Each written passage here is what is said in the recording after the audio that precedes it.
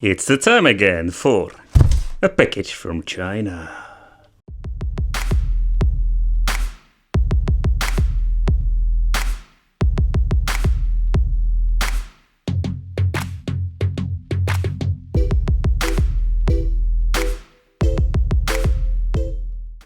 Welcome to the Wicked Gamer and Collector. Welcome back to the YouTube channel. So in today's video we are going to talk about this 5-inch video game system. Yes, there is a new portable system out and we are going to review it here on the channel because that is my personal addiction. Alright, so what are we going to get? They are ripping off the Switch again, like always. That's the new thing from China. They're making clone Nintendo Switch, but I didn't order this one. No, I ordered a different color because I find it pretty damn ugly. Alright, so let's see the box itself. There's nothing much to say about it. That they are ripping off the Nintendo Switch, of course. It comes with a 5-inch display and the question remains, is it any good? Alright, so let's take a close look at the version I ordered. I ordered this version. I didn't put it back in the plastic case. But let's take a look at this device itself. So, because there's quite some things to talk about. So, first of all, I know a lot of you will say the following thing. Man, Wicked, the D-pad sucks. Yeah, I know. It's a horrible D-pad. It feels horrible. It feels cheap. And new kind of chemical plastic.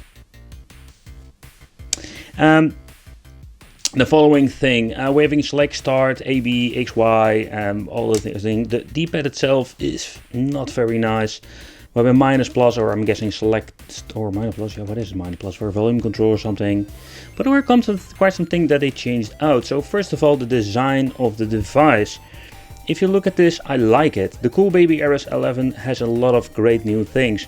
First of all, as you can see over here at the casing itself, and I can tell you we're holding it, it gives you way more comfort. That is something that is very cool. We're having two shoulder buttons, they are very clickish. A CF slot, micro USB for charging. We're having HDMI out, people. Yes, I'm going to say it again, HDMI out. We're having the AV out headphone jack, and we're having the AV slot, so if you want to extend your internal memory, on and off switch. There's nothing much to say about it. Right, so this is what you're going to get. Next time I need to do my hair, by the way. Let's take a close look inside, and yeah, it comes even with an HDMI cable. That's very convenient, because this is, by the way, a mini HDMI. It's not our typical HDMI, otherwise you need to buy a separate cable. Let's see, we're having the micro USB cable, crappy headphones. Ooh, the deluxe version of toilet paper manuals, I love it. And this time we don't have any English, or did I just miss? No, there's no English. Okay, what's the point of adding it? Alright, so this is what you're going to get. We're going to test the AV out function. We're not going to use the headphones. We're going to put it all back. And let's go. Alright, so let's boot it up. Hold the button and let's see what's going on. I can see the LED works. Welcome. Alright, so this thing is not running on OpenDingux. This is just basically a very old software. Alright, so let's do a little bit of a tour. Let's see where these are for. Alright, this is for the volume control. Just wanted to make sure. Let's see. Oh, that is very convenient. We're having here the controller, so this means here we can play some games when we're going into this. This is the normal selection, so the internal memory, and this is the external memory. So for example, I having the SD card ready to go. We can go to the SD card this way. Right, so all the features like in the previous cheap models, like we're listening to music, watching pretty movie, watching pretty girls, yes, on picture, that's very nice. And here we have the stopwatch and all the other stuff I don't give a shit about, I know how it's with you. Here we have the adjustments for the screen, battery life, and all the other things like TV out that I really want to test it out. Alright, so let's try some games. Very curious, how are they going to run? This sounds pretty good.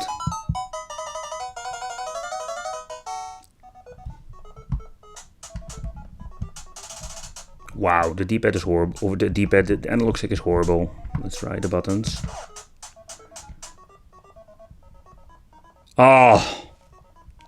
We don't have sound effects. They messed it up with Emulator.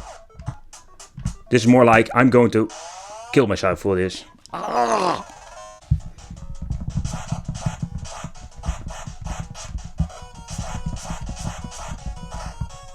Run into my fist. A lot of sound effects are here, but I know for a fact when you're going to play some games, you will have the issue. Still have this weird stuff going around here. Phew. Who's going to run in my fist? You? Oh yeah, kick him in the balls. Roadhouse. Yeah.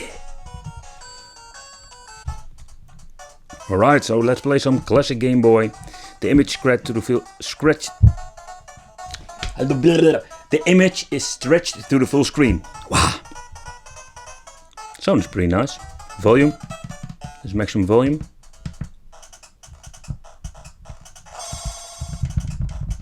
I like widescreen. Yeah, I like it.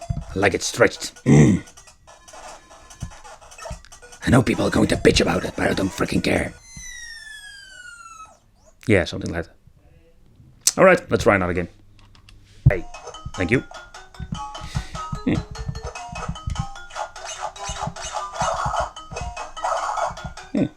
Nice.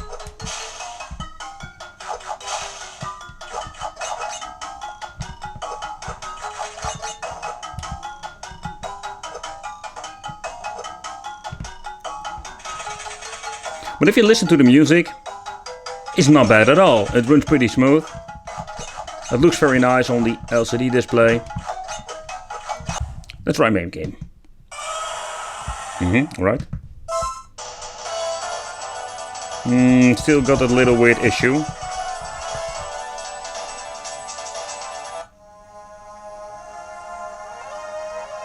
You can see that it doesn't run really smooth.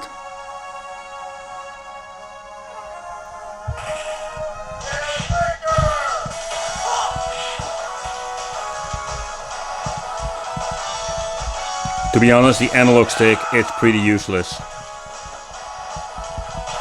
It's very hard to control.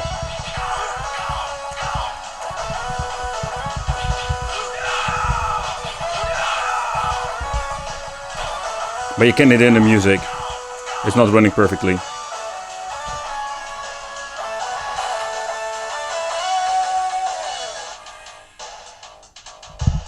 I got a present for you. Here. I'm going to blow you up. Right, let's test. But did they mess it up with the jump button? Yeah, they messed it up. Is it on the shoulder buttons? Nope. So the reason why I'm testing this, because this is a new way of messing up a game. Basically what they did is they forgot to remap the C button, or better said, the jump button. So there is no way of playing this game like it should be.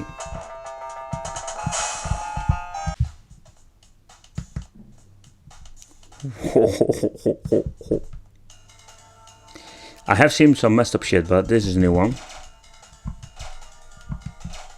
It's really funny that only this character is messed up. Yeah, the reason why I wanted to try this, I wanted to try the D-pad and the analog stick with a fighting game. There's a new version. So, analog stick is pretty horrible. Something you can hear in the frame rate and the music that it's going turbo mode. For example, now it's running fine. Now it's going turbo mode. Are we going into the game? Everything runs fine. So yeah, I didn't know that the shoulder buttons are not mapped, so they messed it up too. I can jump. I can do some movements, but the frame rate is not like it should be. Not at all. Not by far. Yeah.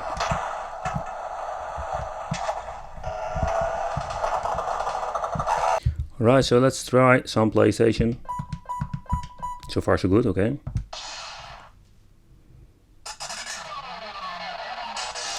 exactly the same performance like all the other versions, like the X16, the X19. I'm not going to call them all because there are a shitload of these portable devices that are running exactly the same software. For a fact, if you're going to play some two-dimensional games, it is possible that it will run a little bit better, but in general, it runs like crap. Alright, so the strangest thing is that... Don't have any audio. Oh, let's crank up the volume.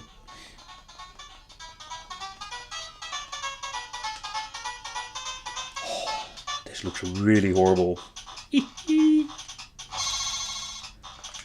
But see, this is something that I really like, that they still try to improve. Besides the shell itself, but that they are giving it finally HDMI connection. What the hell is wrong with this gameplay? This is the second time. Ah!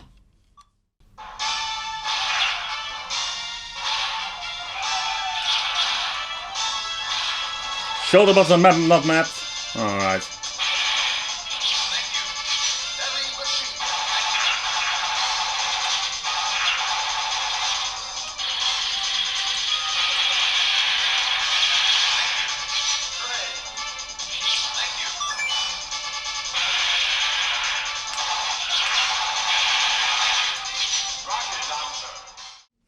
Alright, so the cool baby RS11 is a little bit disappointing. If you look at the firmware and the software and the housing itself. So let's talk about the shell. I love the shell. I must say the shell itself, it plays very comfortable. This landscape stuff, I like it. Yeah, the analog stick, it's a cheap stick. That is something Oriana knew before even making this review, but it feels quite horrible, and even playing fighter games or adventure games, a no-go.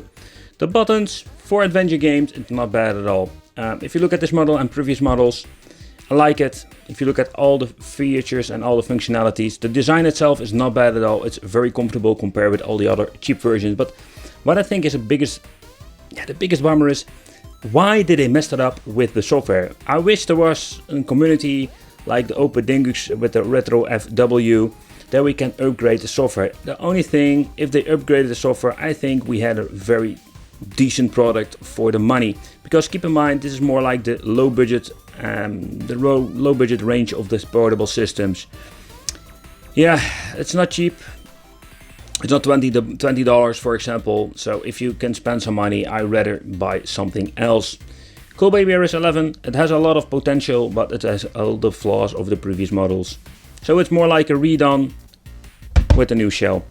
So if you have any questions, you can always leave in the comments. I want to thank you for watching. Don't forget to subscribe to the channel, hit the little bell, become one of the Wicked family. And it would be great, because I'll see you in the next video.